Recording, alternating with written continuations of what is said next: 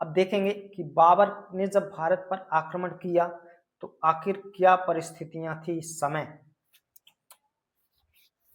तो आप सभी जानते हैं कि बाबर ने अपनी आत्मकथा है बाबर की तुजुक ए बाबरी, इसको और भी कई अन्य नामों से जानते हैं, जैसे बाबरनामा, तुजुक ए बाबरी, और क्या बोलते हैं तो बाबरनामा, और भी अन्य नाम है तो आगे देखेंगे। तो बाबर ने अपनी आत्मकथा तुजुक ए बाबरी में ये उल्लेख किया है कि उसके भारत पर आक्रमण करने के समय भारत में शक्तिशाली 5 मुस्लिम राज्य थे और 2 शक्तिशाली हिंदू राज्य थे। ये बाबर अपनी आत्मकथा तुजुक ए बाबरी में उल्लेख करता है, ये बात याद रखेंगे। आगे देखें तो एक एक राज्यों के बारे में देखेंगे जो बाबर के भारत पर आक्रमण करने के समय अस्तित्व में थे। तो आप सभी जानते हैं कि इस समय दिल्ली सल्तनत के अधीन दिल्ली और आगरा में लोधी वंश का ही अधिकार था और इस समय लोधी वंश का शासक था इब्राहिम लोधी। सबसे पहले हम देखेंगे दिल्ली सल्तनत। तो आप देखें दिल्ली सल्तनत, इस दिल्ली व आगरा पर दिल्ली सल्तनत के अंतर्गत लोधी वंश का अधिकार था और लोधी वंश का शासन था और इस समय लोधी वंश का शासक था इब्राहिम लोधी। क्या नाम है तो इब्राहिम लोधी। ये अंतिम शासक होगा। क्यों? क्योंकि बाबर इसको पानीपत के प्रथम युद्ध में 1526 में मौत के घाट उतार देगा, 1526 में। और इतिहासकार नियामतुल्लाह लिखते हैं कि इब्राहिम लोधी मध्यकाल के भारत में प्रथम ऐसा शासक था मध्यकाल का जो कि युद्ध भूमि में ही मारा गया था। तो याद रखेंगे दिल्ली, तो दिल्ली में इस समय दिल्ली सल्तनत के अंतर्गत लोधी वंश में इब्राहिम लोधी का शासन था, ये भी याद रखेंगे। और दिल्ली सल्तनत के अंतर्गत न केवल दिल्ली और आगरा था बल्कि पंजाब भी इसी की सूबेदारी में था और इस समय पंजाब का गवर्नर था या सूबेदार था इब्राहिम लोधी की ओर से दौलत खां लोधी। दौलत खां लोधी कहाँ का सूबेदार था तो पंजाब का। और दौलत खां लोधी एक महत्वाकांक्षी सूबेदार था। इसका मानना था कि बाबर भारत पर आक्रमण करेगा और दिल्ली आगरा को लूटकर वापस चला जाएगा। संभवतः यही कारण है कि इसने अपने पुत्र दिलावर खां लोधी को, क्या नाम था पुत्र का तो दिलावर खां लोधी को, काबुल भेजा बाबर को भारत पर आक्रमण करने के लिए। तो ये भी याद रखेंगे। पंजाब, अभी तक हमने देखा दिल्ली, इसके पश्चात देखा पंजाब, आगे देखेंगे मेवाड़। तो बाबर अपनी आत्मकथा और तुजुक ए बाबरी में राणा सांगा के बारे में भी लिखता है कि मेवाड़ का इस समय शासक था राणा सांगा, जो कि एक महत्वाकांक्षी शासक था। अर्थात इसकी इच्छाएं थी कि बाबर भारत पर आक्रमण करे और ये भारत को लूट कर चला जाए और दिल्ली आगरा को वीरान पाकर राणा सांगा भी दिल्ली आगरा पर अधिकार स्थापित करना चाहता था। संभवतः इसलिए राणा सांगा ने भी अपने दूत को काबुल भेजा था। कहाँ भेजा था तो काबुल भेजा था, भारत पर बाबर को आक्रमण के लिए आमंत्रित करने।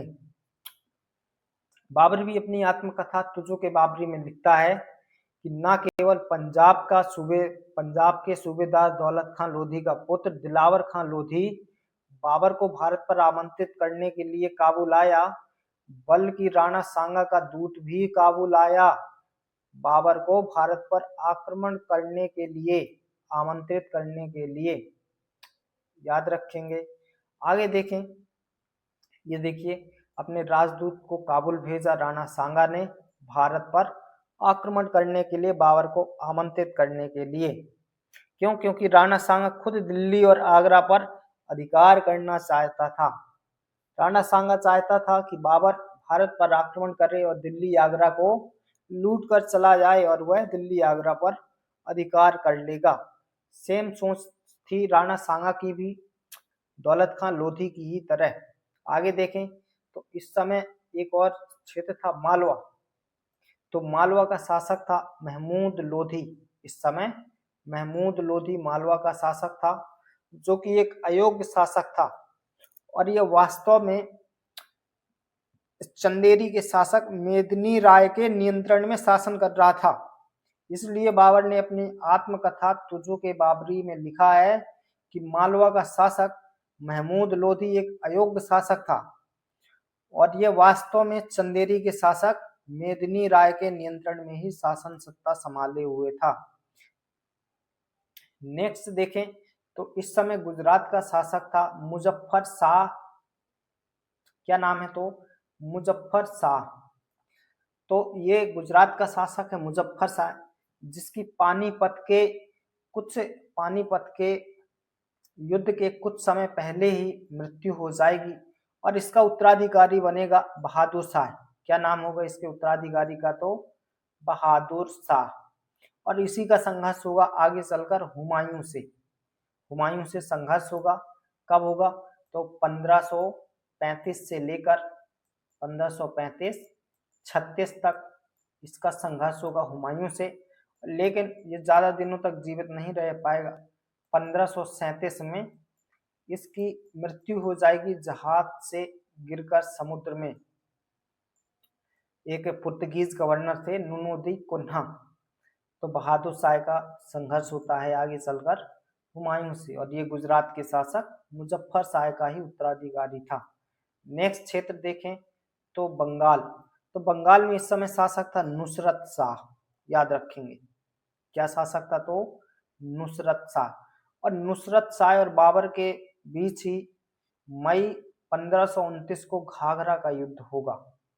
घाघरा नदी का नाम है और जगह होगी बिहार। जगह क्या होगी? बिहार। नदी का नाम क्या है? घाघरा। और इसी नदी के नाम पर इस युद्ध का नाम पड़ा घाघरा का युद्ध। याद रखेंगे। तो बंगाल का शासक होगा नुसरत शाह, जिसका 1529 में घाघरा का युद्ध होगा बाबर से और इसको क्या कहा जाएगा? तो घाघरा का युद्ध कहा जाएगा। यह एकमात्र ऐसा युद्ध था जो जल और थल दोनों में ही लड़ा गया। आगे जानेंगे, डिटेल में जानेंगे। और नेक्स्ट जो क्षेत्र होगा जौनपुर। तो इस समय जौनपुर के शासक थे नसीर खां लोहानी। क्या थे? तो नसीर खां लोहानी। ये इतना महत्वपूर्ण नहीं है, नाम बस याद रखेंगे सभी।